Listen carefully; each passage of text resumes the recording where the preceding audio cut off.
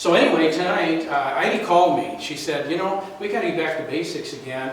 And I said, Heidi, I've been thinking about this for a long time. I said, we have a lot of new members. We have a lot of people here that didn't start with us. When we started this organization, we focused exclusively on Washington butterflies. That's all we did. We went through every group, and John Pelham was a big help in that, introducing us to all the species, and we learned how to identify them. So when we went out in the field, we could see them and know what they were. But we've kind of drifted a little bit. Not that it's bad, but as we've drifted into a lot of other topics that are not directly related to our Washington State butterflies, and as a result of that, you know, I thought, what about our new members that are to come in here? We hardly ever talk. I mean, Dave is real good about giving, you know, the butterfly of the month, but there's very little we know about them. And I thought, you know, some of the new people particularly would like this. And I know some of your old timers are going to say, oh, you know, I know all this stuff. That's fine. I hope it's a review that is useful to you, and maybe there's something in it that you can learn as well. But I know a lot of the new members, I hope this will be real helpful to you, and that you will be able to benefit from this on all the field trips that are going to take place this year.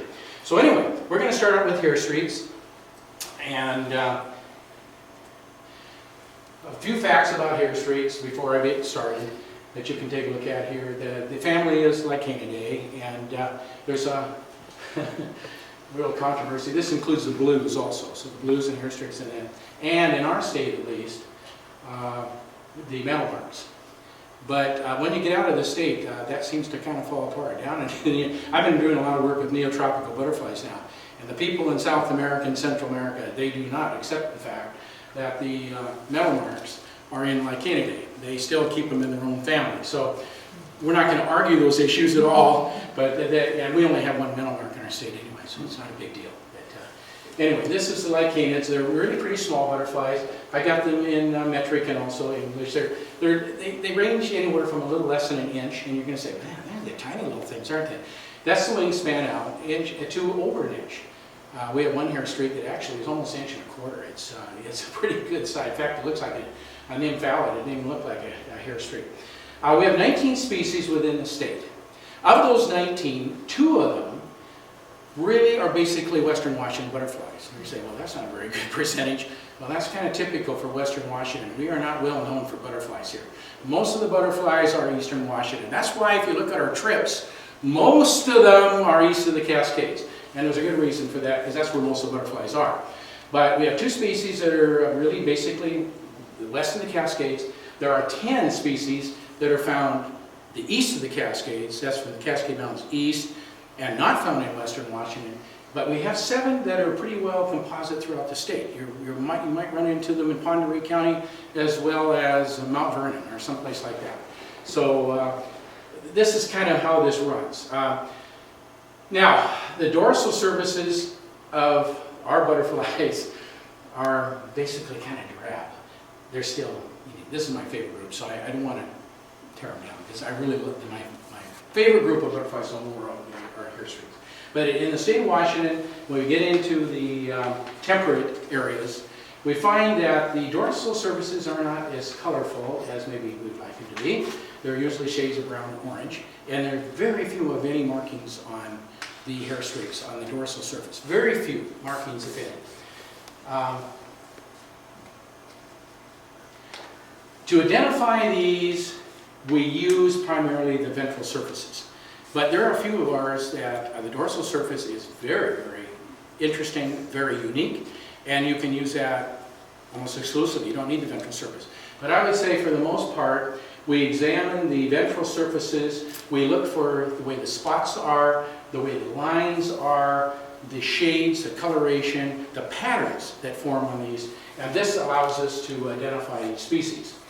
As I wanted Dave to do a Hairstreak tonight because I want you guys to get a good feel for a larva, and boy, you can't get a better feel than what Dave can present with larvae. I mean, he's the expert. And they do look kind of like little slugs, so we kind of use the catchphrase that they're slug-like. And they are lots of times green. I thought, oh, David, you're going to do me in tonight. The first one he shows me is brown. I said, thanks a lot. But he did show some green ones, didn't he, later on? And so you got to see it. But generally, kind of the rule of thumb is that they're kind of greenish, at least at the beginning stages. But the hairstreak larvae, as you see from David, they change quite a bit from the one instar to the next. And sometimes they're very colorful in the end. The hair streaks are very difficult to follow in flight, generally.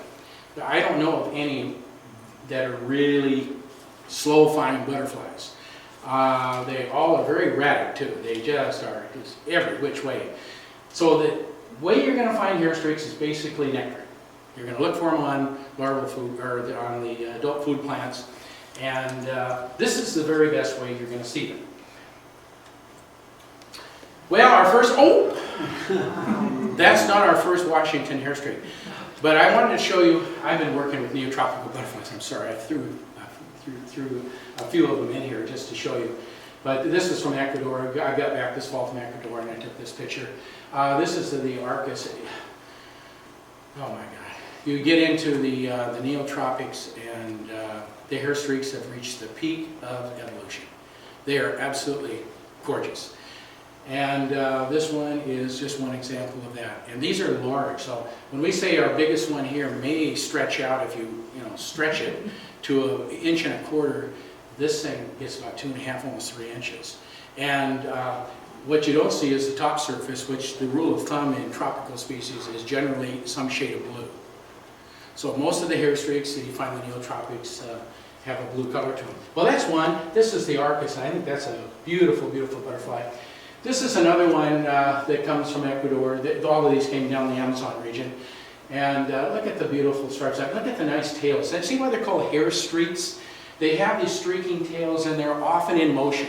When you see these butterflies sitting, their tails or hair streaks are just in motion. They're flowing, flowing, flowing. And this is one example of that. But this is just a gorgeous creature out of Ecuador. But then this one here is interesting too. It shows you how they've been so modified. Look at the humpback on this thing. I mean, isn't that incredible for a butterfly to have that big hump on it like that? And it's also got the flowing tails. Well, come on, let's get to the task at hand. Yeah. Notice where all the lines are pointing to for the predators. Oh yeah. That's what I need to mention too. A lot of hair streaks we find. I mean, when I photograph hair streaks down in Ecuador, I noticed that the very back of them was missing. Oftentimes, the very tail end was missing. Well, you can see why. Because the predators. I'll go back a minute here. When these things are moving, and there's a bird or a lizard, a lot of times it's lizards that are the predators of these things. What are they going to be looking at and seeing? They're going to see these moving tails, and they're going to see that orange there. A lot of them have the color right by the tail there, and that looks like an eye. And so when they strike the butterfly, where are they going to strike? The tail end of it. And so many times I was taking photographs and I would find specimens that the tail was gone. The butterfly's still flying. So right, that's a really good point to make. Okay, thanks. Well, let's start with our butterflies. The first one, I'm going to start with our rarest butterfly. This is called the golden hair streak. You will probably never see this butterfly unless you go where I tell you to go. And then you'll see it. But in Washington, it's extremely rare. This is the male. The male is basically kind of a golden yellow color. It's a beautiful thing. But it has extensive brown coloring, as you can see, in the basal area and around the margins. And if you take a look at the female is much lighter. It's more of a golden color, more typical, the name of it, the golden hair streak, because it looks kind of gold. But it also has a margin of some brown scaling as well. Now, if you take a look at the ventral surface, you'll find, and I'm going to give you some terminology that I'm going to use. I don't know if it's used by everybody, but it's going to be used by me. This line right here, the postmedial band is called, I'm going to call it the hair streak line. So if you just pardon, when I talk about hair streak line, I'm talking about this line right here that runs. Okay?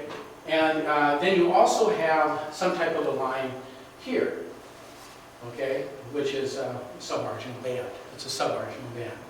And we're going to be looking at these all the way through these butterflies, because this is how we tell them apart. We're not only telling them by color, by shading, but we also tell them about these bands, how big they are, how they're shaped, and you're going to see a lot of variation. And I think you'll find some very interesting things about hair streaks tonight. Another thing about the golden hair streak is neat, is you've got this almost metallic color of blue that comes out down at the bottom of this, and it's very interesting because a lot of people aren't aware of that in the golden hair streak. But getting back to the ventral surface, you notice that once again it's golden yellow. The band has brown dashes that make this hair streak line. And the little crescent, the marks here on the margins are almost non-existent. It's just a few remnants of it, and on the forewing, there's really nothing at all there. So this is the golden hair streak. Now, this is one taken in the field, and this was taken at Clear Lake, Wasco County, Oregon. Okay? And that's where I want you to go if you want to find this butterfly. If you want to see this rarity, you really do, you want to go to a neat place, take the highway behind Mount Hood, go to eastern Oregon. It's not far from Mount Hood, actually. I think it's about 30 miles maybe. And then go to Clear Lake, it's Wasco County, and I will guarantee you this butterfly, if you go late in the summer, you have to go probably Labor Day weekend be the earliest, first part of September. If you go there, you will see this butterfly. But you're going to have to do a little bit of shaking the bushes because of its food plant, and I'll get to that in a second. But anyway, this shows you the ventral surface once again. The hair streak line shows up a little better, but it's these brown dashes. You've got a little bit more on this particular specimen, and you'll see variability in all these butterflies of the crescents there, so you can see them there. But you still have that golden yellow color to it, which is unique. You won't find that anywhere else with our hair streaks. Very rare butterfly. Why? Well, because the plant is rare. Casanopus is the food plant, and the first time I saw it when I was in Oregon, and because I didn't know what it was. It looks like a shrub. Our expert plant man could describe it to you beautifully, but it's kind of reminds me of kind of a rhododendron, but it's got these really prickly seed cases on it, and but this is exclusive food plant for this butterfly. Now we have found it in Washington State. This is why I have it on the list here. It has been found here, but the problem is Casanopus only has been found growing in 2 different places. And one of them is the big lava bed down in Skamania County, which is almost Oregon. And the other one is Hood Canal. But I don't believe, at least I don't know, maybe do you know, Dave, if we've had any of these hair streaks found in Hood Canal. I don't believe there's any record of it, but the plant is there in some places. But it's a rare plant, therefore it's a rare butterfly. But you go down to Oregon, go down to Clear Lake, oh my goodness, this plant is around the whole lake. But the butterfly likes to hang in the plant. So you might walk there and say, oh, I don't see this butterfly. Bob said it's all over the place. Take a stick and whack the bush, and you'll see them flying out. They usually are active in the morning, and they're usually active in the late afternoon. During midday, they usually sit in the bush. So if you're there at noon, for example, and can't find it, shake the bush, go to another one, shake the bush. They'll fly from one bush to the other, and then you get a good chance to see these. But you want to go late. This is a late butterfly. A lot of people have their nets all hung up for the winter when this thing is just coming out. You know, you start on Labor Day for the golden hair streak. This is when you're starting to look for it. One thing about the food plant, the underside, I believe, is golden like the butterfly. Oh, I didn't know that. Thank you, sir. Golden fuzz that would make an excellent camouflage for that same golden color. Oh yeah, and that would work great, because they do like to hide right in the shrub. They like to get Probably right in the there. underside, I believe, I would think. They do, yeah. They're very commonly there, so that's a really good point. Thank you very much for adding that. That's very helpful. And the eggs, larvae, and pupae are also all low. Oh, well that makes it really great. That's really They great. lay on the underside too. Yeah. Okay, the coral hair streak is our second one. This is another kind of uncommon hair streak. I don't know, I think I put rare down here. I don't know if I'd call it rare, but it's a butterfly you never see in groups. I mean, it's one that every time I'm in the field and see it, I say, oh, great, you know, a coral hair streak, that's exciting. Why? Because I may be the only one I see all day. You just don't see them often, unless you go to Sun Lake State Park. And then you will see them abundantly if you go at the right time. And I'll tell you more about that later. But anyway, coral hair streak. It's all brown on the top, very typical of our temperate hair streaks. Very brown. The male is dark brown. Oh, by the way, I'm going to point out this too. For you people, the new people, maybe not know this. You see these little white spots up here? These are agriconial scales, and they're male scent glands. They release pheromones and attract females. And so you can usually tell hair streaks apart, male and female, by seeing that. The only unfortunate thing is Some of the males don't show it very well. Either it's not colored, different from the rest of the wing, or it's covered in a fold. Sometimes the wing has a little tiny fold in it and it's not visible. But a lot of times it is, and so if you ever do see those little marks on a hair streak, you know it's a male. Here's the female. The female has a little more color to it than the male does. Some of the, what we call coral spots from underneath you can see come through here, and then you can also see some more of this orange kind of coloring on the top surface. The ventral surface is where it, of course, gets its name because they have these beautiful, gorgeous coral spots along the submarginal band. And normally you usually big crescents here, but in this case the crescents are little and the orange spots dominate. And you can see the orange goes all the way up. Black spot, the hair streak line is well developed in this butterfly. As you can see, the black spots, and they're kind of fringed with white to kind of gray color on them, and they're brown underneath. But this is another gorgeous thing. And this butterfly, well, let's get to that. This butterfly is addicted to milkweed.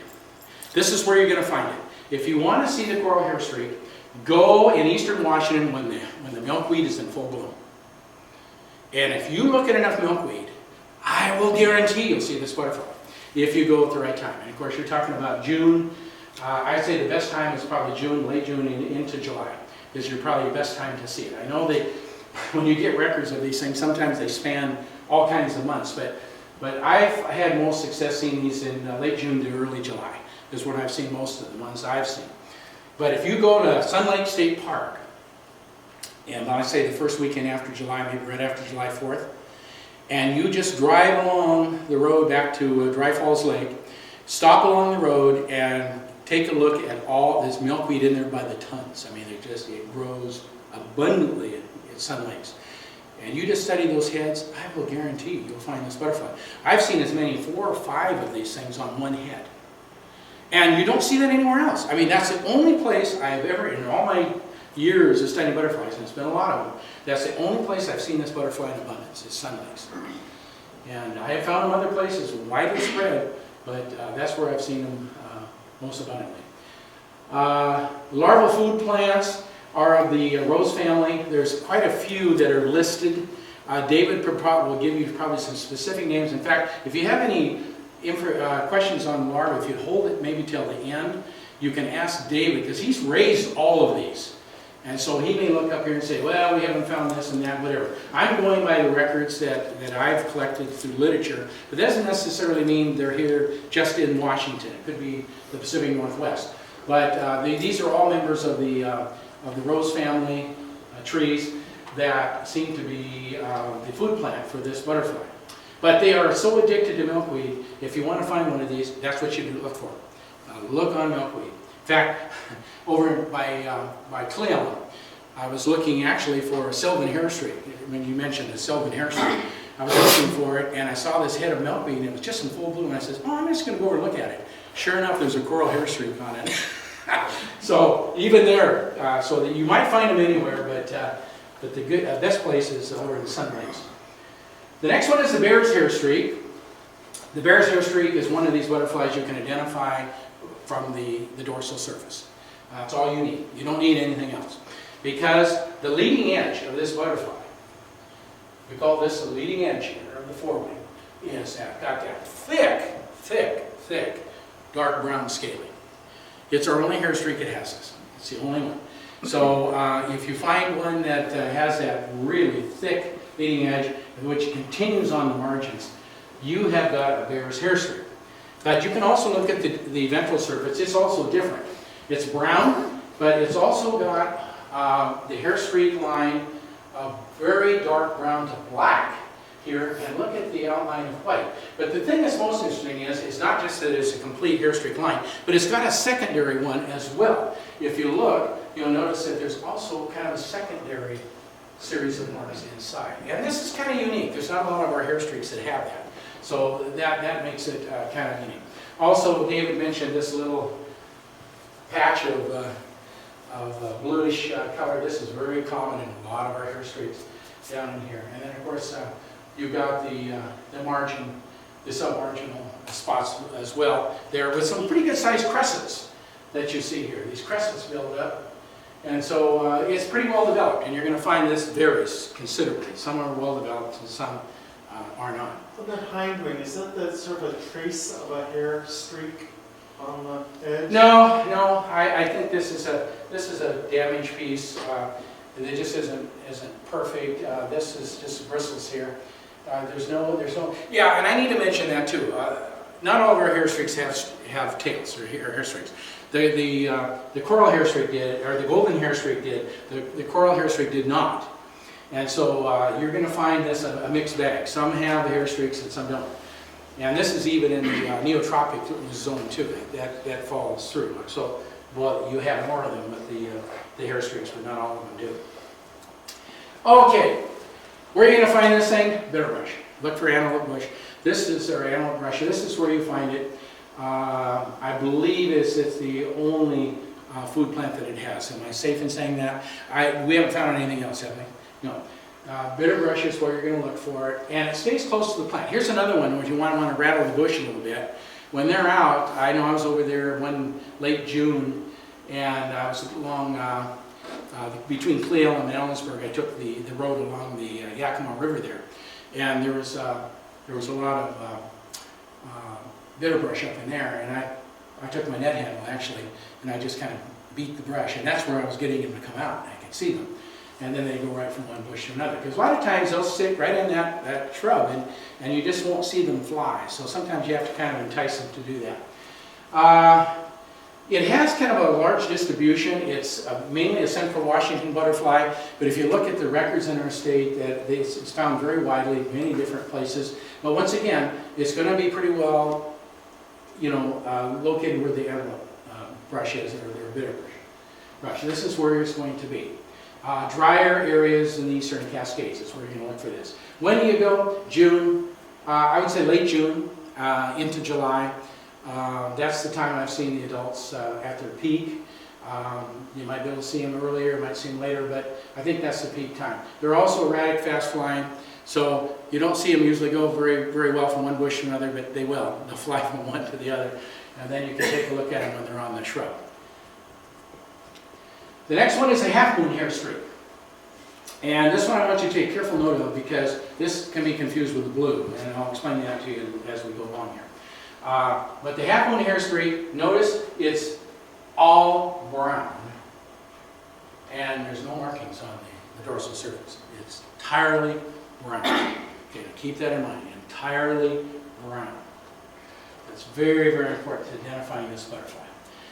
The ventral surface, if you look at it, has a nice hair streak line, and it has these nice spots that are ringed in white.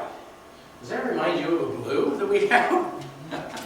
Waterwall's blue has that same marking. So if you look at the ventral surface of this, you might say, wow, this is like an old, in fact, the old cliche was that they look like an old worn blue.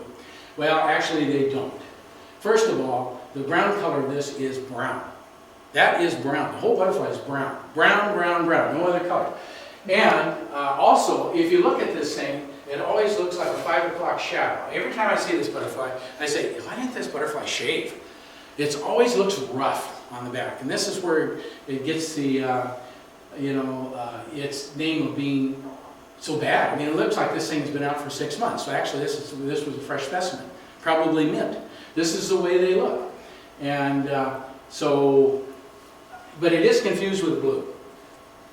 This is another sample of it showing the ventral surface. You notice once again the ringed hair streak line, once again, which would confuse it with the bottle-wall's blue. And they're about the same size too.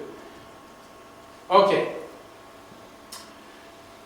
Now, one way that you can tell this from the other, I'm going to take the easy way out, is where its location is. Now, I don't know, I have to talk to you about this sometime, David, about food plant. I've always found this butterfly associated with big sagebrush or artemisia. Always. No other place. It's always been on the shrub. In fact, when I took a group, the last year, I don't know if anybody went up to Sinalhekan with me on a field trip. Did you go up there when we went up there and beat the bushes up there to find that? We found them, didn't we? Yeah. They were in this big sagebrush. Now, to my knowledge, that's not a larval food plant, is it? Lupin. Yeah, it's lupin. But this is where you find them. I mean, if I'm going to take a group out and look for this butterfly, at the right time, I'm going to take them to those shrubs and I'm going to have them beat the brush. Because this is where we're going to find them. They're going to be in the shrubs. And it's just the way it is. So it's really interesting that they really like that shrub, even though they're actually not using it for nectaring or they're not using it for the larva. So it's a real curious thing about this butterfly. So anyway, telling it apart from the blue, I'm going to go back a second here. If you have a bottle ball blue, even if it's a female, the females have a tendency to have a lot of brown on them. The males, of course, would be no problem because it would be blue. But the females will have brown on them. But I don't care how brown the female is, it's going to have blue on it. And most of the blue is going to hang into here. You're going to see some blue. You're always going to see some blue. Never with this hairstreak. Never any blue. So that's what I'm telling you. Also, the bottle ball is blue. If you look at the dorsal surface, you're going to see a crescent mark up here. There's a crescent mark, which is very typical of blues. Not on this one. No crescent mark. So if you use no crescent mark, all brown, and you find it on Artemisia, you've got this butterfly. Okay? That's what you got to remember in the field trips. Look for it. And do you all know what that shrub is like? You all know what I'm talking about? It's a great big sagebrush. It's very green. You know, it often grows with bitterbrush. The two can be side by side. They can be in the same area, but they're different plants. Okay.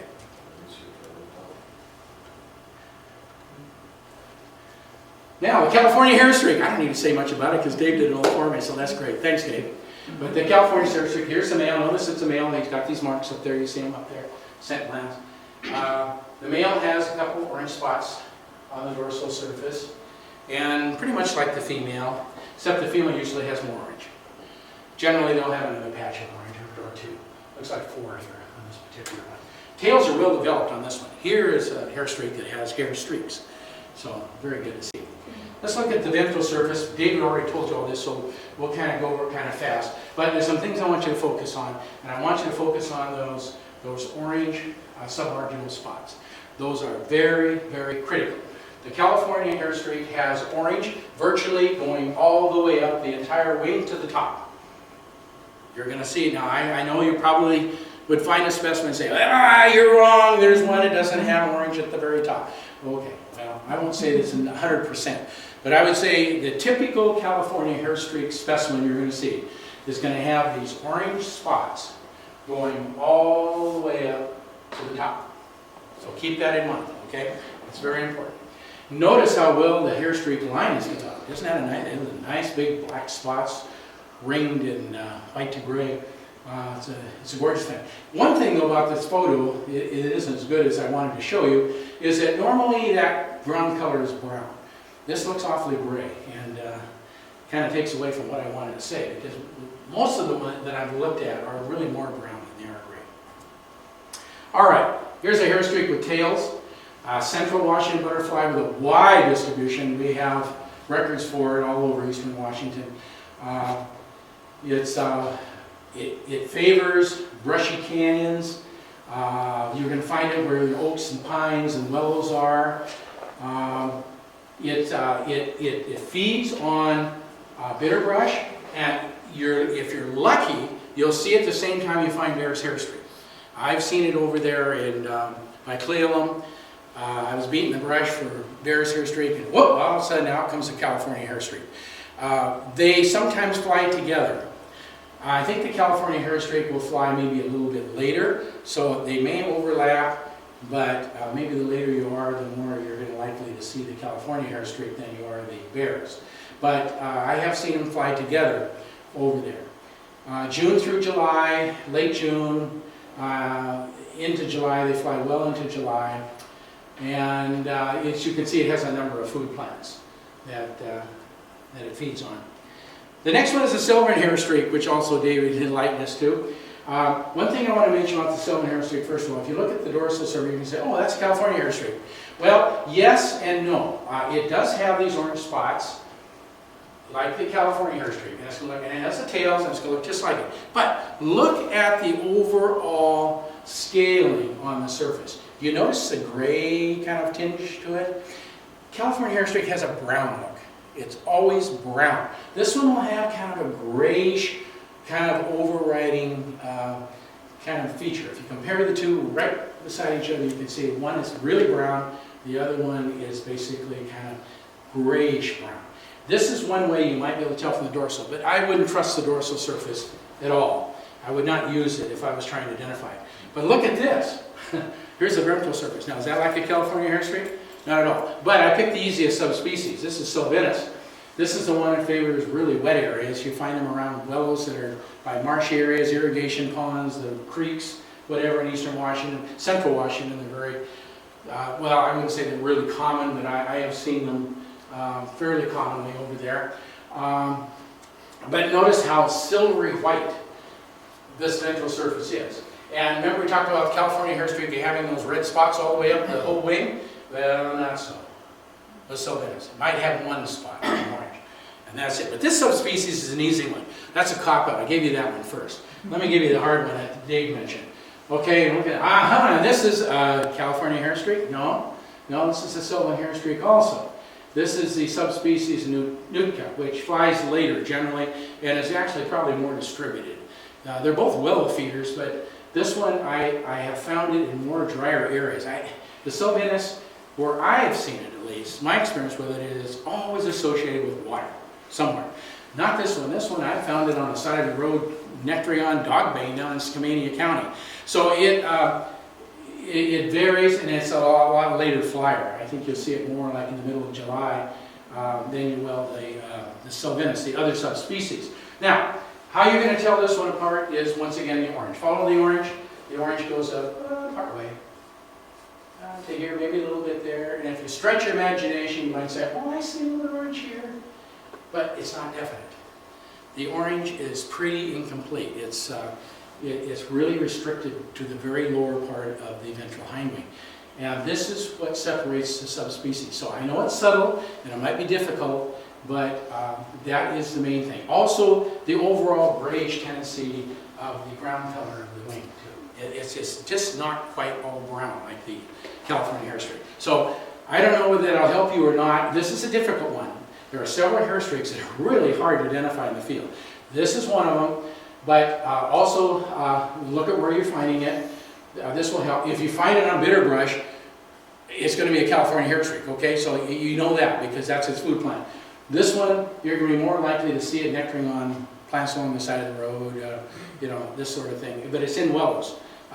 If you get to a patch of willows, then you might find this one in there. So if one's on willows, one's on bitter brush, you got the difference right there. Okay, this is the Sylvan Hairstreak female. I just want to show you how much red can be in the hairstreak. So you can't use the dorsal surface at all.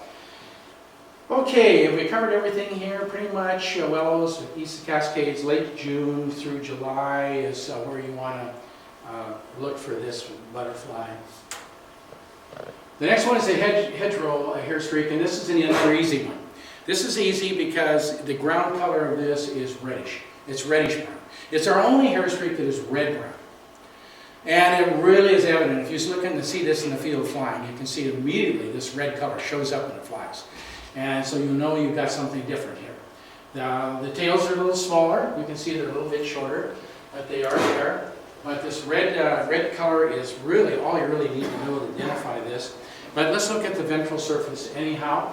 Very brown. You can see the hairstreak line is well developed with very dark brown spots outlined in white.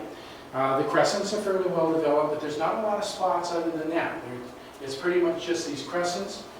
You do have, once again, this typical hairstreak spot that David was telling about with this kind of a bluish gray color. That's very, very typical of hairstreaks.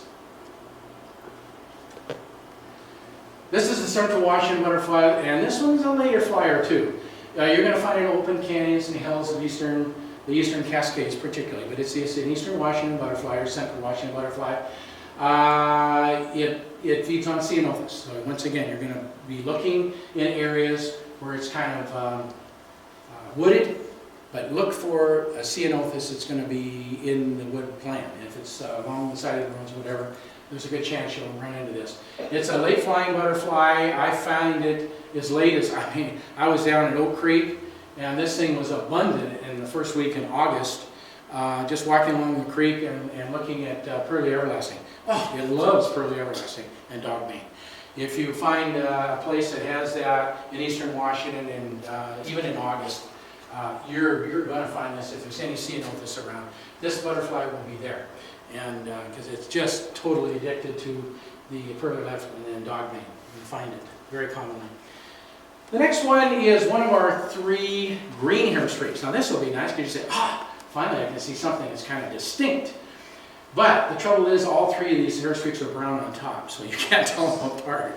So we have to use other methods to tell them apart. Of course, obviously you can see this is a male. No question there, is there? And the ventral surface of this will give you what it is. It's green, as we suggested. The one thing about this that will help you is it flies in western Washington. The bramble hair streak flies in western Washington. If any of you know the Tahuti area, I know Heidi usually takes a trip over there. This is one of the butterflies she finds over there on that trip. She has that as one of her key species that she's looking for. This butterfly will be there. It's an early flyer, April. Look for it in April. But I want you to be able to identify it not just because it's western Washington. That's really enough. That's all you need to know. But I want you to look at the hair streak line here. You notice how it kind of disappears on us, doesn't it? It starts out all right, but then it gets down here and we got 3 spots. And that's pretty consistent for the bramble hair streak. They have just 3 spots. And so it kind of, where is it? It's gone. And look at subarginal, nothing. There's no crescents, nothing out here, which is, usually there's a lot of hair streaks that have that. So it's kind of unusual that way. But remember these 3 spots, which are what's left of the hair streak line that you find in the bramble. There's another one photographed, and this was filmed over Mason County, and that's the place where I'd have you go to look for it. If you're going to go over that way. This happened to be photographed in an old Christmas tree farm. Mason County, of course, is famous for its Christmas trees, and if you go along the Christmas tree areas where the trees are pretty small, you see salal and all kinds of shrubs in there. Hey, there's lotus in there too, which is its food plant. Go in there, walk around those farms, you'll find this butterfly. So it's really pretty common in Mason County. Okay, western Washington butterfly, you can also find it down in the Thurston, Lewis, and Clark counties as well. It has been found there, but I think the most common place to find it is Mason, and that's probably where you should look if you seriously want to find this butterfly. Look for its larval food plant lotus, which is in the pea family. And so it kind of looks something like lupin. I mean, you might be confused if you don't plants very well. You might look at it and think it's a lupin, but it's kind of similar the way it grows. But this is what it'll feed on. Now, there's a subspecies of this, Oregonensis, that flies in eastern Washington, but I'm not going to dwell on it because you'll probably never see it. The only places I've seen it, I've only seen it once, and the only place I found it was up by Sadis Pass in Klickitat County, just over the Yakima border into Klickitat County, and I saw actually 1 specimen is all I've seen of this. But it does fly in that area. I believe there's been records even in the Blue Mountains, but I'm not positive on that. But Oregonensis is basically an Oregon butterfly, obviously because of its name. This is really not a Washington butterfly, but it can be found there. So that's another subspecies of it. But the one you're going to find is going to be the bramble, which is going to be in western Washington. Now, here's the western green hair streak, and I got the dorsal surface of that, and you can say, oh yeah, well, they all look the same. All the hair streaks the green hair streaks look the same. They're all brown, and here's the female, it's brown also. But the ventral surface is different. You're going to say, well, how different? Yeah, the hair streak line is almost non-existent. I have specimens of this that have absolutely no markings on the hair streak line at all. 0. It's all green. Now, there are some that have some, like you look and say, aha, I see some right here. There's one here and one here. You might have a few spots, but they definitely won't be the definite 3 spots that you see in the bramble. Well, besides why we're talking about the bramble. This flies in eastern Washington. This doesn't even fly in western Washington. So you don't have to be confused with it. Don't worry about it. This is an eastern Washington butterfly, and its habitat is totally different from the other hairstreaks. First of all, it's a later flyer. Most of our hairstreaks fly in April. Now when you guys go, how many of you guys are going to Schnebly? Okay, good. Well, now you're going to be looking for the next one, the third one, which is the Sheridan's hairstreak. Now, you're going to the end of March, right? That's pretty early, but that's when that butterfly comes out. Its peak is April. So the green hairstreaks are generally very early flying. Not this one. This one is not. We found this in the Sinlahican. Were you with us when we found this? It wasn't, who was it that found it? One of our, I don't remember who it was now, but they found it on that ridge, and it was in June. We found this in June. A green hairstreak in June? It's unheard of. Well, it can happen with this one. The Washington hair, or the western, I'm sorry, green hairstreak actually is much later flyer than the other two hairstreaks. They're Mesa April. This is going to be May into June. So that'll help you with this a lot. In fact, talking about Schnebly Canyon, if you put off going to Schnebly till May, the end of May, you might see them both. Now, if you go down in the canyon bottom, if you find a Sheridan's, what shape is it going to be in? Pretty ratty. I mean, you're going to see it, but is this a green hairstreak or not? Is any green on it? Yeah, it looks like it. Pretty ratty. Pretty well gone. But if you go on the ridge, if you've been to Schnebly before, you go up on the ridge, oh, that's where the western green hairstreak is. He's up on top. He's not down in the canyon. He's up on top, and he likes that rocky ridge area. That's where you'll find him, and he'll be mint. If you go in May, you'll see this thing, beautiful mint shape. So you'll find that. And it's widespread, as we said. We saw it in Sinlahican, and we've seen it down in, in Kittitas County. So it's quite widespread. Now here's one that is almost totally without any markings on it. See, and this was taken up at Schnebly Canyon, by the way. This was taken up on the ridge in May. Okay, almost no markings, ventral east of the Cascade, central Washington, and into the Blue Mountains. This one flies. Late spring, late May into June. And the right ridges we talked about. And its food.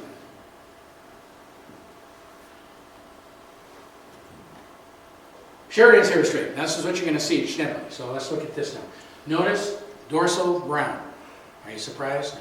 No. Yes. But here's how you're going to recognize this one. We have a hairstreak line. Yay! Yay! A green hairstreak with a hairstreak line. Can you believe it? We've got one right here. Still don't have any some marginal spots, but we do have this hairstreak line, and it's pretty well developed, especially in this particular subspecies, which is Neoperplexa. This is the northern range one. This is the one you will not see in Schnebly. This one, if you want to see this, oh, there's a huge colony of it up in Badger Mountain, east Wenatchee. If you go up there in April, it just flies in the wild area. You want to get away from cultivation. Don't go anywhere where there's any farms or anything, but if you get up there in the mountains where it's just wild, this is where you'll find Sheridan's hairstreak. And this Neoperplexa flies north, up into Okanagan, from actually northern Kittitas County northward. And, but it has a hairstreak line. Now, the one you're going to see is Newcomer Eye, which is the one that goes south. It's going to go more towards Oregon from Kittitas County. You notice that the line sort of goes backwards again. It's there, but it's not as definite. It's not as bright and it's not as complete as the subspecies Neoperplexa. It has the best of the hairstreak line. So this is our third green hairstreak. So we have three of them. Now you sit on them, can you not mistake them? One is Western Washington, the Bramble. Okay, so if you go over there in Mason County and you see a green hairstreak, it's the Bramble. But the other two hairstreaks are Eastern Washington, but they're probably the flight times are going to be different. The Sheridan's is going to be early. If you see it in April, that's what you're going to have. If you see it in May, you're probably going to have the Western hairstreak, especially if you're climbing on ridges. If you're up higher, you're going to have the Western hairstreak. If you're lower in the canyon bottoms, you're going to have Sheridan's. So I hope this will help a little bit. I know that's overgeneralizing, because sometimes you get overlaps, but I think that is a pretty safe way to identify these. Okay, I went over all this information, I think.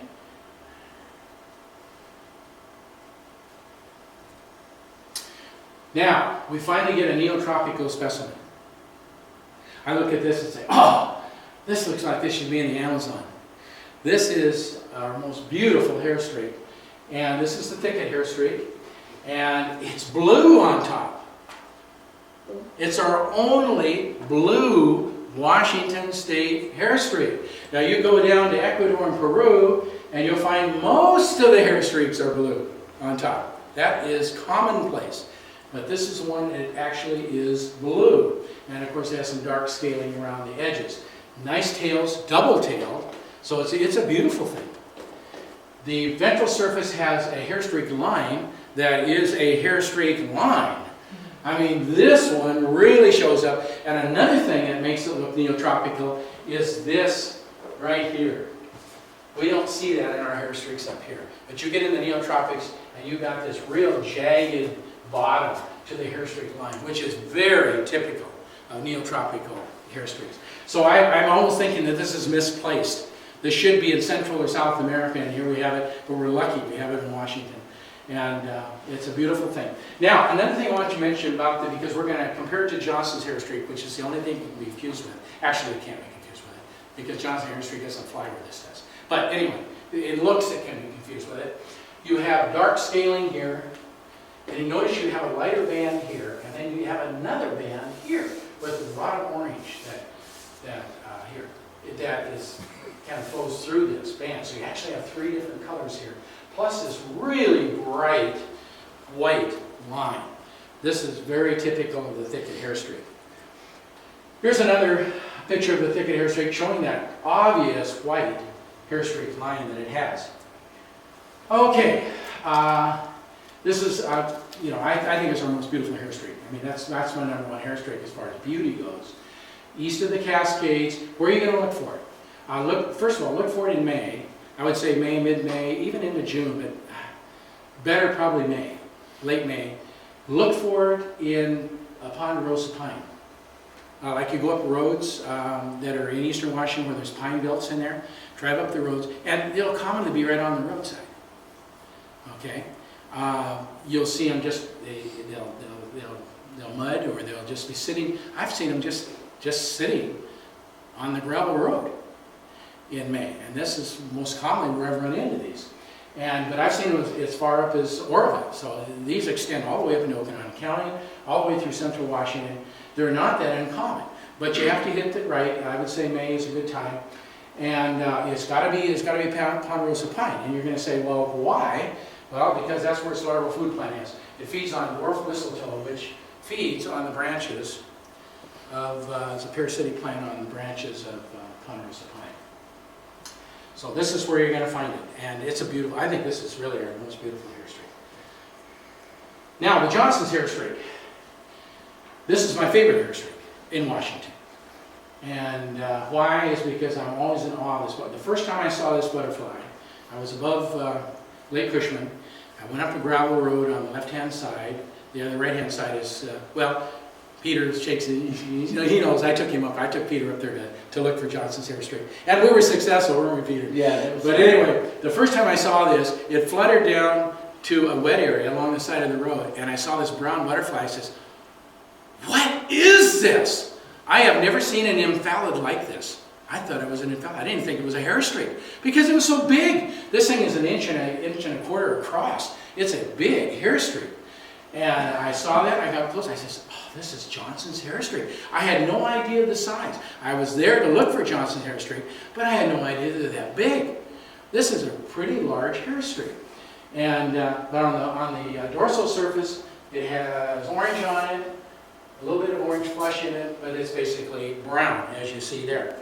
The female is a lot lighter in color, and it's kind of pretty because you can see the outlines of the veins and all, and so it's a much lighter kind of orangish brown color that you have. And this, by the way, this is an extremely rare butterfly, as you know. I mean, how many of you have ever seen Johnson's hair streak? I know Peter has. You've seen it, okay? Steve, David. Very few people have seen this butterfly. They just don't run into it. You have to know where to go, what to look for to find it, but it is there. This is the ventral surface. You say, wait a second, that's a thicket hair streak. Well, wait a second. This flies only in western Washington, so it can't be the thicket. The thicket only flies in eastern Washington, so you're safe. You don't have to worry about anything else. But I will point out some other differences.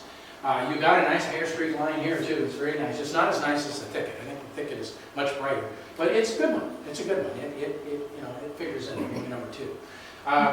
You also have, notice you don't have the 2 bands here that you did in the thicket. You have basically a dark band here and a kind of a light band here. So you don't have that division. And you have several of the blue spots in here. And also you have, I didn't show you on the thicket, but the subarginal chevrons go all the way up the hind wing in the thicket hair streak and the donut Johnsons. So there's some subtlety. You might say, well, that's kind of picky little differences. But the main thing is Western Washington. And the problem is with this butterfly that it's a real rarity. It's only found where you have old growth hemlock. And as you know, our old growth forests are getting lesser and lesser all the time. Therefore, we expect this butterfly also to reduce in numbers. When we cut down old growth forests, we're destroying the habitat for the Johnson hairstreak. So this is if you don't have this reason already, it's another reason to push for preserving old growth forests. We have many reasons, but this is another one that you can tack onto the list. Because the dwarf mistletoe, this is another mistletoe feeder, isn't that funny? The thicket looks a lot like it, but is in mistletoe that grows in eastern Washington. This grows on mistletoe in western Washington, and they look very similar, but they're totally different butterflies. One's blue on top, and this one's brown. But anyway, this is its habitat, and the best place to see it, if any of you want to see this, I took Peter up there once, so he knows, he's a believer. You just go up to Lake Cushman and go up to the left-hand side, go across the dam. If any of you are familiar with Lake Cushman, go across the dam, go up the gravel road, and keep looking back until you can't see the lake anymore. When you can't see the lake anymore, park your car, walk the road, and just be looking at nectaring plants or looking at the wet areas. And if you're there at the right time, you can start Memorial Day weekend. We were there about the middle of June. I think it was about June 15th. But it was really warm day. Yeah, it was a really nice warm day. But it was middle of June. We didn't have any trouble finding them. They were there. But they're not really abundant, but you will find them along that stretch there. I've always seen them there. So, and this is a rare butterfly. This is really worth almost making a trip for. But please check the weather for the Olympics when you go. Because you know how fickle the Olympics are.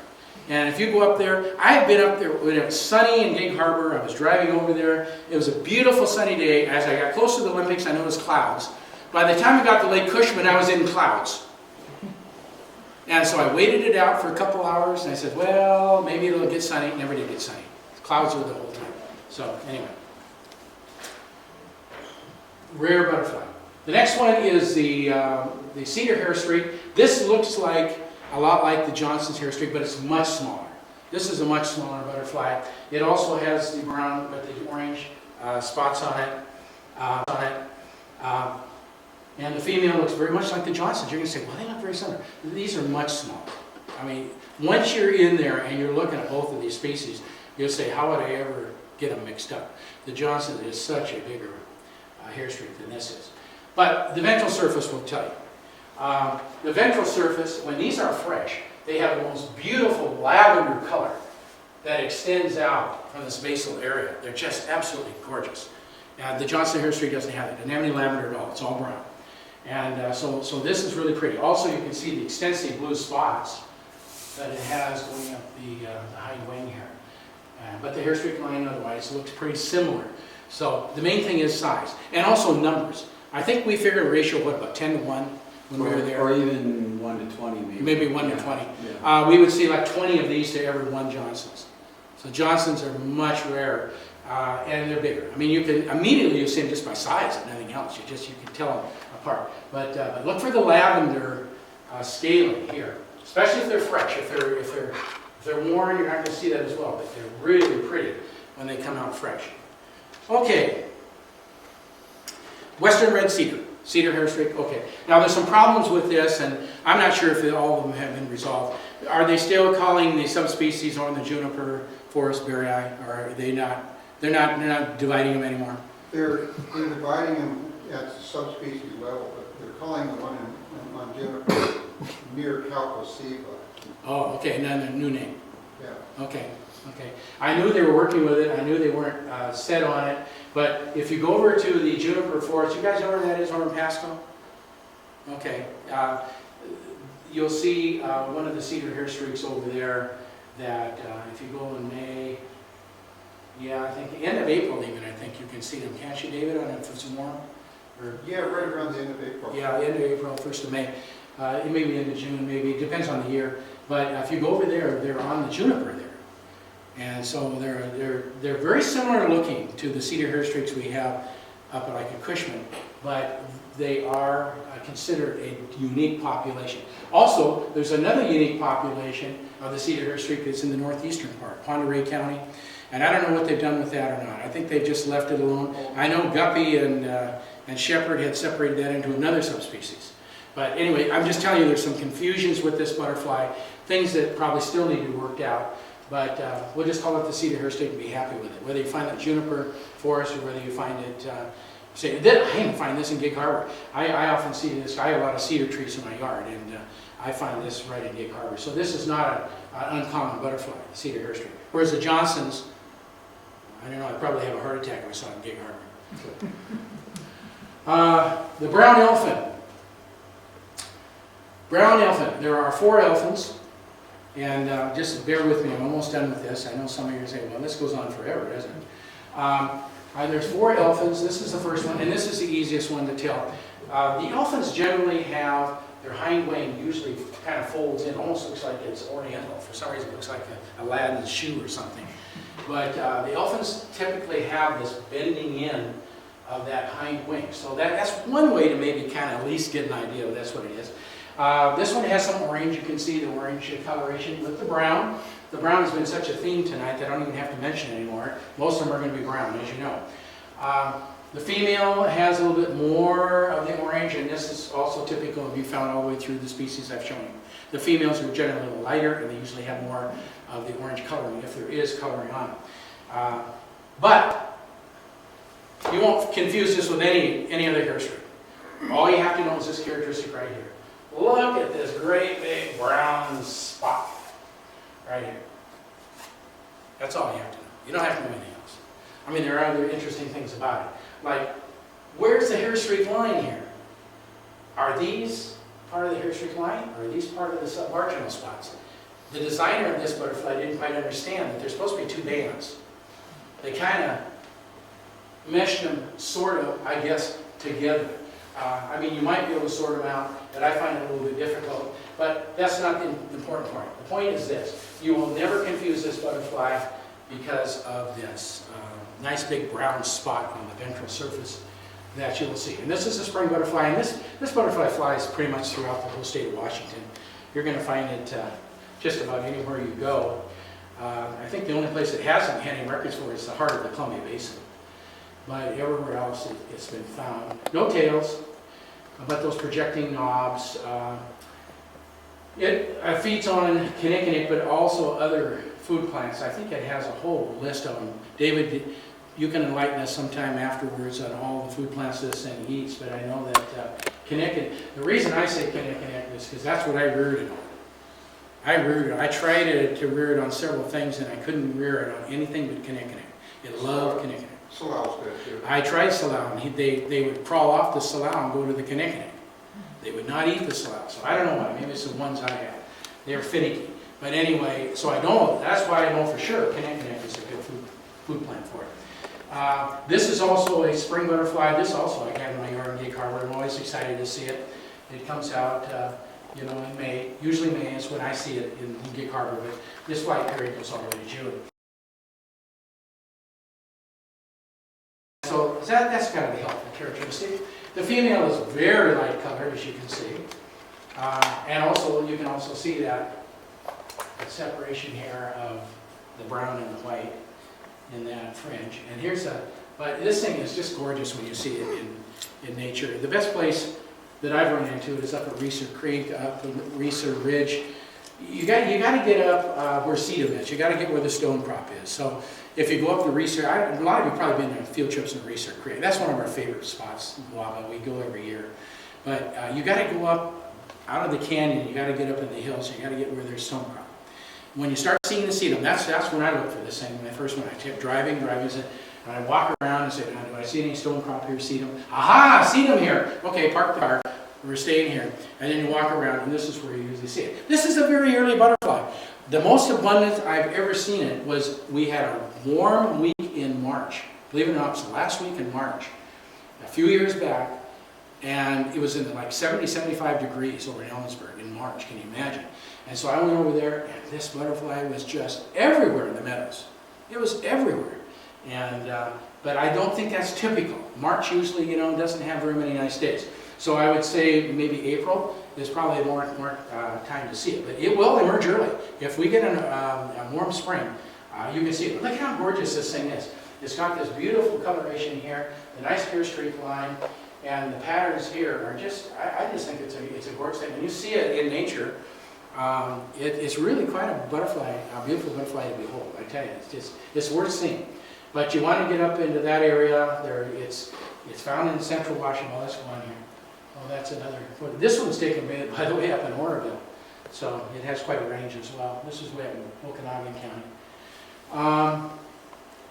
March through April, but I would say the peak would be April, maybe into May. I don't know. It depends on the year. Depends on what our weather's like. But the higher you go in elevation, the later, of course, it's going to be. That's typical of all butterflies. Sedum, stonecrop, this is what you look for.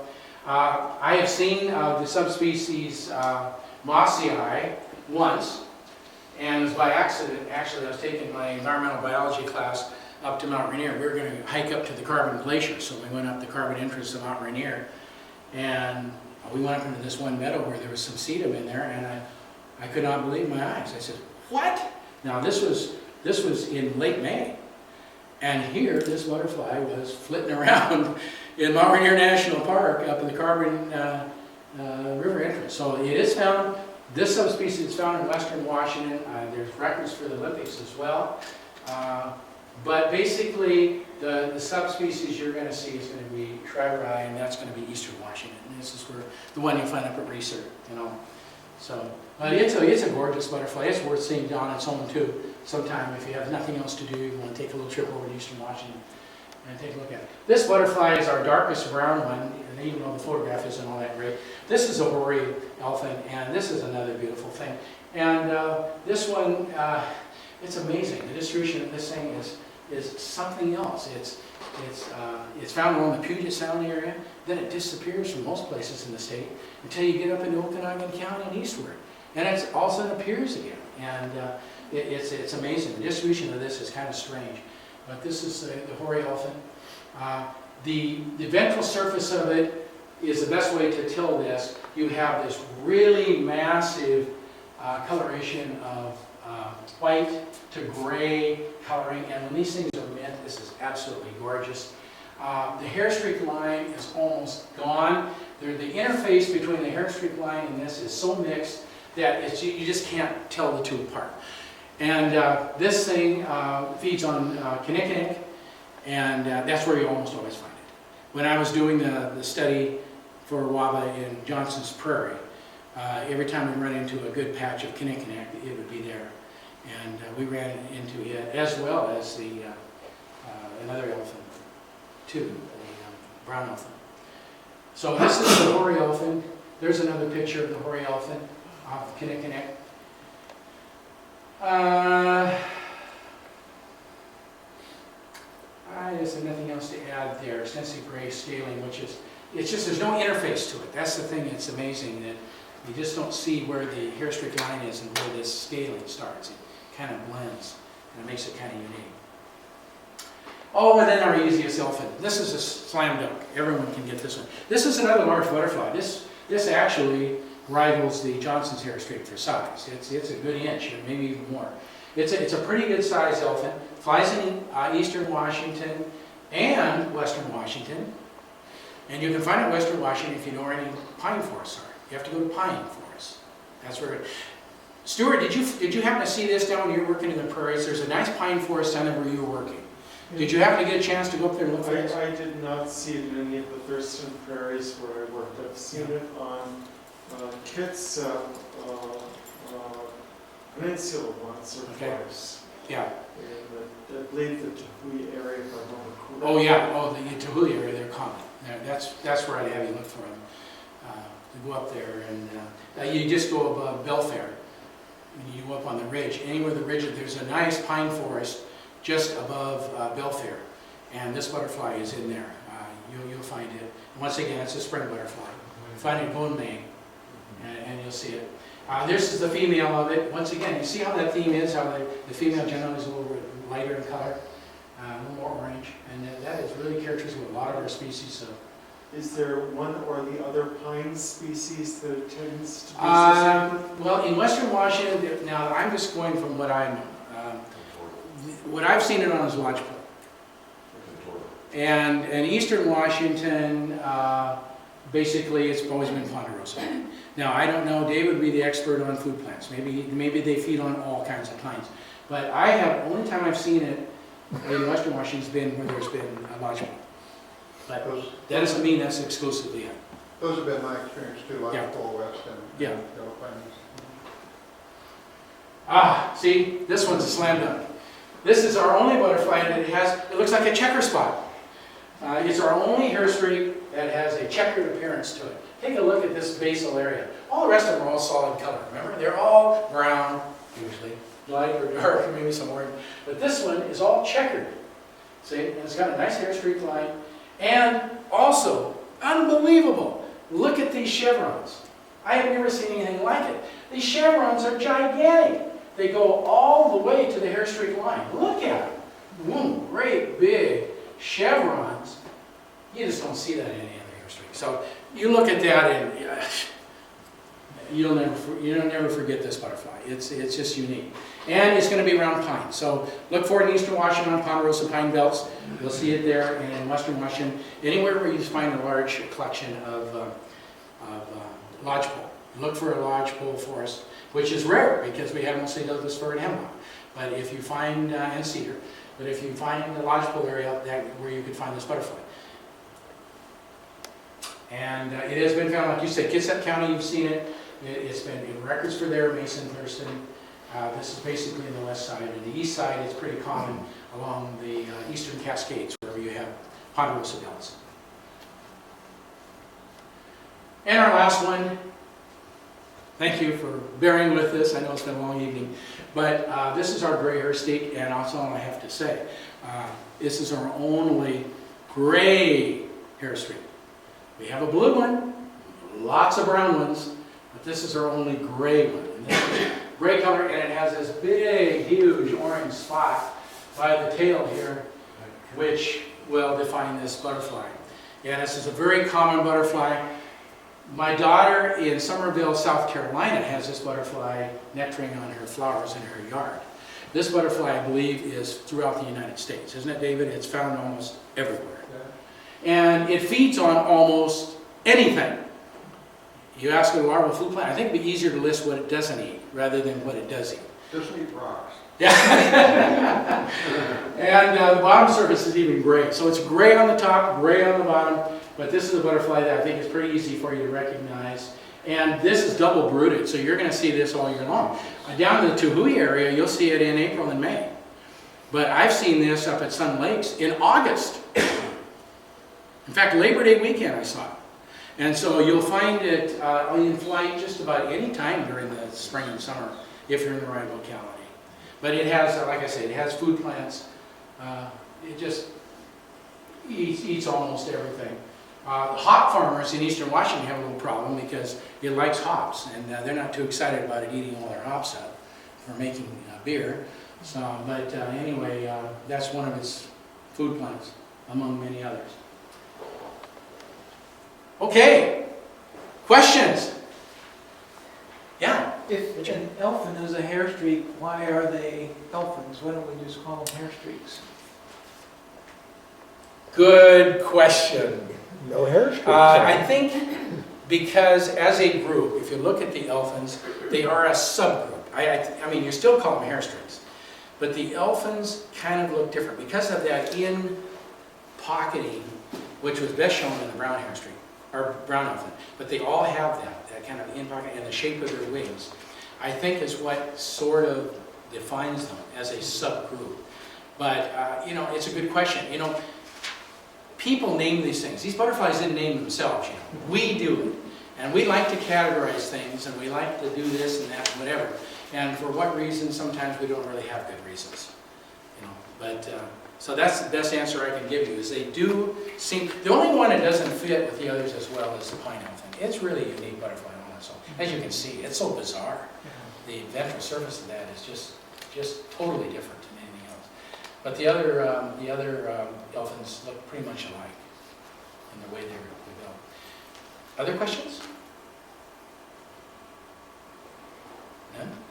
Now, did this help you? You know, if you go out in the field, are you going to be able to identify some of these? Okay. And are you going to remember any of them? Yes. Because if you don't remember them, I've got a disc of them back there.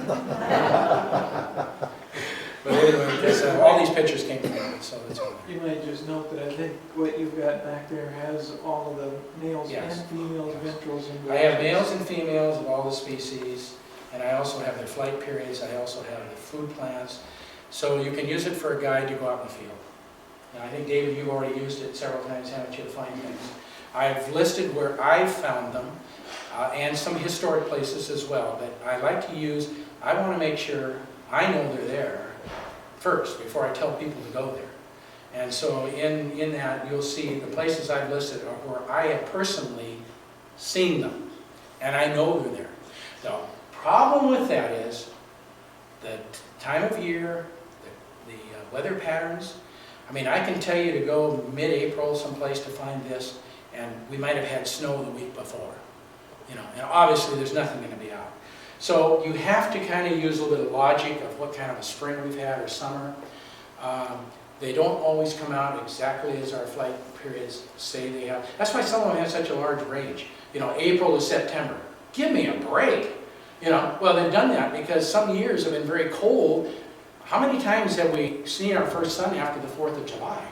You know, I mean, they may not even emerge until July, when ordinarily if you had a nice June, they'd be out, see? So there's a lot of variabilities with this, so, but I've tried to help as best I could. I tried to list the things that I personally have found. I'm passing it on to you.